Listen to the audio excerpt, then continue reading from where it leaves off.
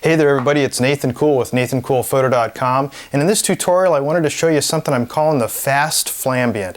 It's a way to do that flash ambient blending, but something that's a little bit of a shortcut. So if you're in a hurry, this isn't really a high-end property, you still want to have that flambient look, this can get you pretty close, and it's pretty fast to do it also. I'm going to be using an action in Photoshop, and then I'm going to show you how to break that down. So a couple things. First, I'm just going to run through it real quick. It's just going to show you the effect and how this is actually very fast.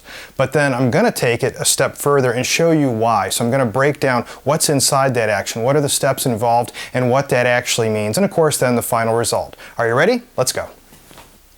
So we'll start out, I'm going to show you two different examples on this. The first thing that you're seeing here is a shot of just an ambient, and the color is way off on this too. If we take a look at the flash shot, which is this frame here, you can see that we've got a little bit of a different color. That's fine. It does look a little bit flashy though. This doesn't have any ambiance to it whatsoever, so I definitely want to have some ambient into it.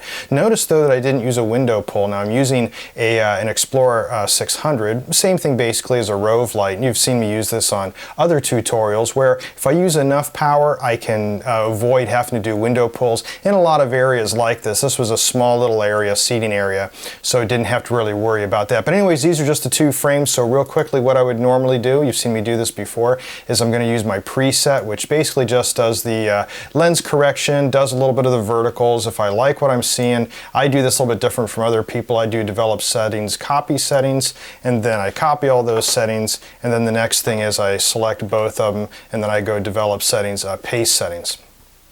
Now some people use sync, I don't, because sometimes I'll still be doing some other tweaks to one or the other picture, so I don't worry about syncing. But anyways, just a part of a workflow preference. Right click, edit in, open as layers in Photoshop. So there's nothing really different so far about doing the fast flambient. It's still everything that you would normally do in Lightroom before you have to get to Photoshop and then back to Lightroom again, so nothing really changes there. In fact, the next thing that I'd be doing here is the auto align. You've seen me do this in other tutorials where I talk about presets and actions. I'm going to just zoom in here real quick so you can just see what's going on a little bit better.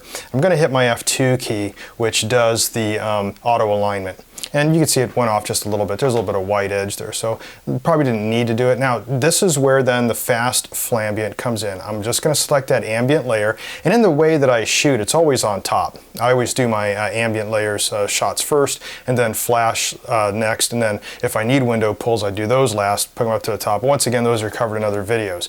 To do my fast flambient, I'm just going to hit the F4 key, and what that does, it immediately turns that into a more ambient type shot. So if we take a look at where we were before that without it, with just the flash, we've got this. With the fast flambient, we've got this type of result.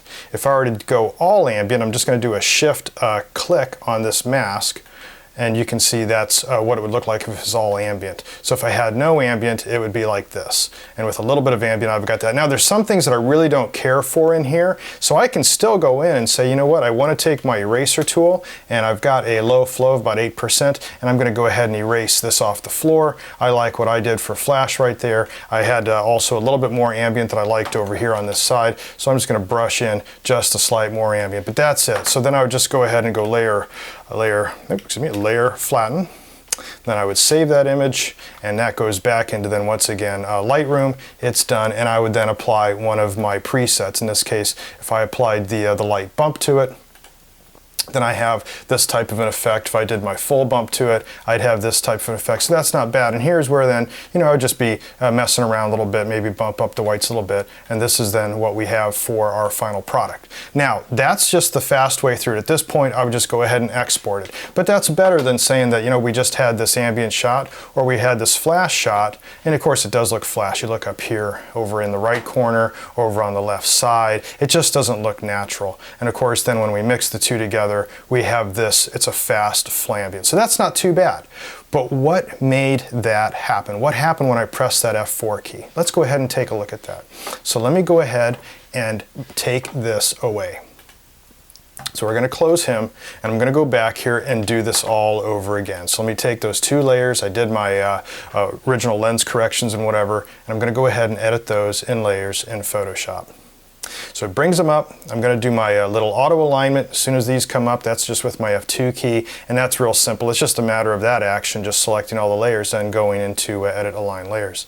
So, and you can watch that also in my video. Look for it on my channel called Actions and Presets. So anyways, let's go ahead and just do that auto align, and that's fine. And we got that, and you can see the white edge, that's fine. View fit. Then we can see what's going on. So what happened when I did that fast Flambient action? So what I did was I selected, and it's an action that recorded these things, I selected my ambient layer. Then I went to channels, and then do a control click, or on a Mac, a command click on this RGB channel. Go ahead and get your, if you watch what I'm doing over here on the upper right, you can see this RGB channel. I'm just going to go control click. Now if you notice what happens, you can see the marching ants, and what this is doing is it's picking the luminosity areas, the things that are most luminous in this picture, and it's masking those out. Now the nice thing is you can see how feathered these marching ants are. You can see that over here, especially on the right, you can see where it's feathering this big area where light was coming in from the door. It's feathering it around the window frame, so that's pretty good. So anyways, all that you have to do is go back over to Layers. So we were in Channels, remember, and now we go over here on the right. If you're watching me, go to the Layers tab. Then go down to the bottom right here, and you'll see this little icon down here, and that is to add a layer mask. So all I'm going to do is add a layer mask to that with that selection loaded like that. Boom. Now, the only other thing I need to do, two more things. I need to invert this mask, and that's real simple. It's either Command-I or Control-I. So I just go ahead, and I'm on a Windows machine, so I go Control-I. And then I want to set that mode to luminosity.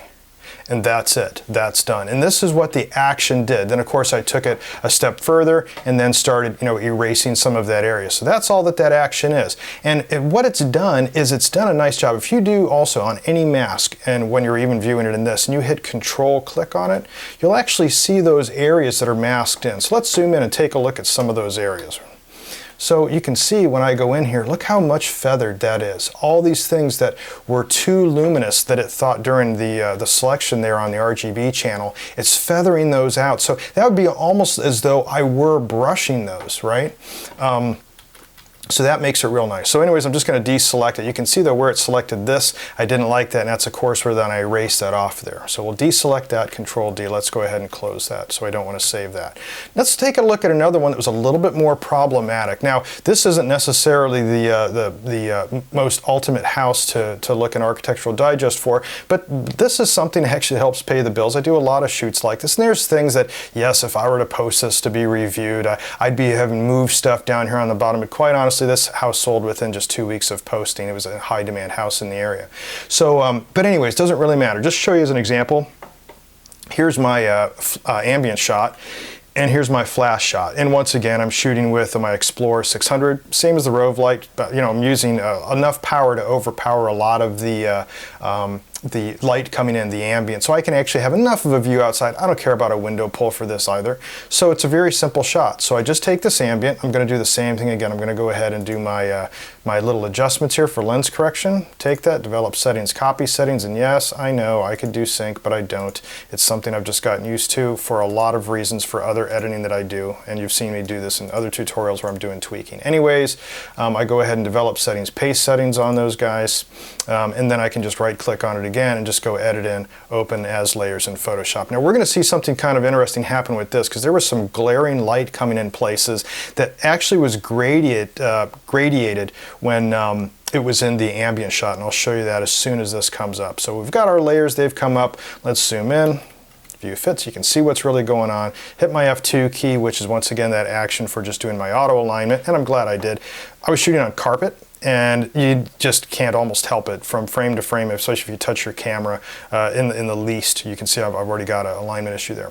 So anyways, if I were to do this particular layer, and I did my action for my quick Flambient, it looks okay, but if you notice down here on the coffee table, this is just awful colors, awful things going on here, so it doesn't work all the way. But once again, it got me close, so I can do a couple things. I can see where I was by turning on and off the layer.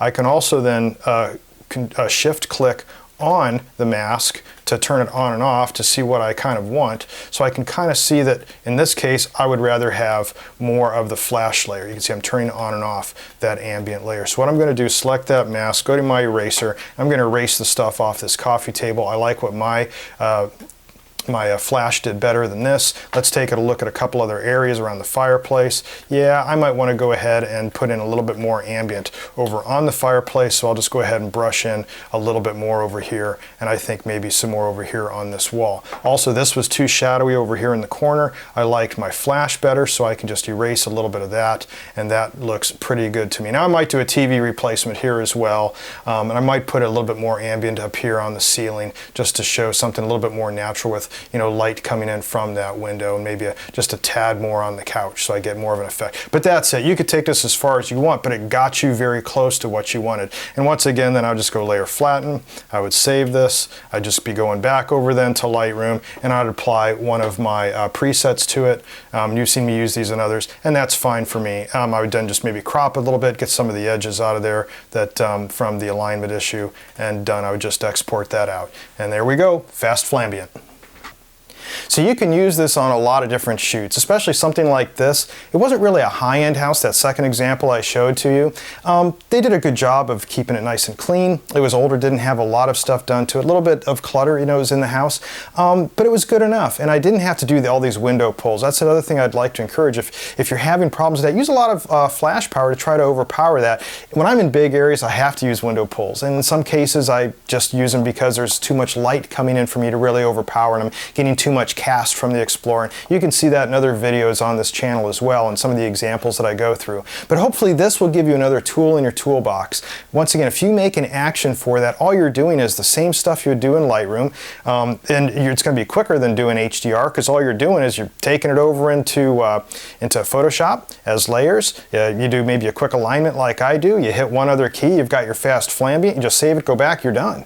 Maybe apply a couple other presets and you move on to the next one. Your whole editing time for a photo like that would be about 1 to 2 minutes. Time yourself, see how well it does once you get your action put in place and you understand it. Anyways, I hope this video was helpful and will help you along with what you're doing with photography. If you did like this video and you want to see more, you can subscribe to this YouTube channel. Won't cost you anything, and as soon as one of these videos is posted, you'll be the first to know. Thanks a lot for watching, and until next time, take care, be safe, and get out there and shoot something.